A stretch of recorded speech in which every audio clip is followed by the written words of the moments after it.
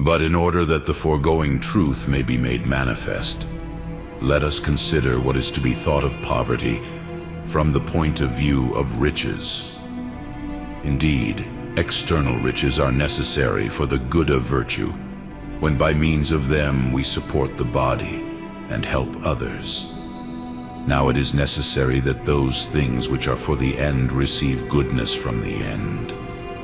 It is necessary, therefore, that external riches should be some good of man, yet not the principal, but as it were secondary.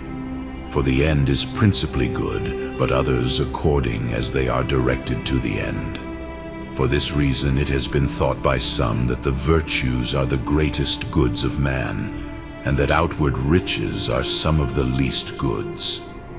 Now it is necessary that those things which are for the end should take a measure according to the exigencies of the end. Riches, therefore, are good in so far as they advance the use of virtue. They are no longer to be reckoned among the good, but among the bad. Hence it happens that it is good for some to have riches, who use them for virtue, but for some it is bad to have them, who are drawn back from virtue by them, either by too much anxiety, or too much affection for them, or even by the elation of the mind rising from them. But since they are the virtues of active life and contemplative life, both of them otherwise need external riches. For the contemplative virtues are necessary for the sole support of nature, but the active virtues are necessary both for this and for the assistance of others with whom we have to live. Hence also the contemplative life is more perfect in this, that it needs fewer. To what kind of life does it seem to belong that a man is entirely occupied with divine things? To what perfection does the teaching of Christ suggest to man?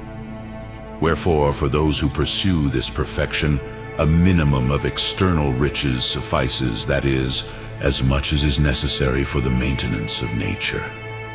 Whence also the Apostle says, 1 Timothy 6:8, having food, and with which we are covered, let us be content with these. Poverty, therefore, is praiseworthy insofar as it frees a man from those vices in which some are involved through wealth. But to the extent that it takes away the anxiety which arises from riches, it is useful to some who, of course, are disposed to occupy themselves with better things. But to others it is harmful, who, freed from this anxiety, fall into worse occupations. Whence Gregory says in Moralia in Job, but insofar as poverty takes away the good that comes from riches, that is, the subsidizing of others and the maintenance of one's own, it is simply evil to spare, but the good of one's own maintenance is so necessary that it cannot be compensated for by any other good. Such poverty, therefore, is praiseworthy when a man, freed by it from earthly cares, has freer leisure for divine and spiritual things. Yet so that with it remains the ability of man to support himself by a lawful means for which not much is required. And to the extent that the mode of living in poverty requires less concern, so much the poverty is more praiseworthy, but not the greater the poverty.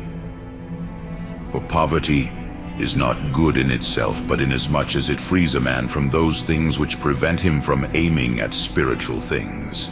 Hence, according to the manner in which a man is freed by it from the aforesaid impediments, is the measure of his goodness. And this is common in all external things, that they are good in so far as they advance to virtue, but not according to themselves.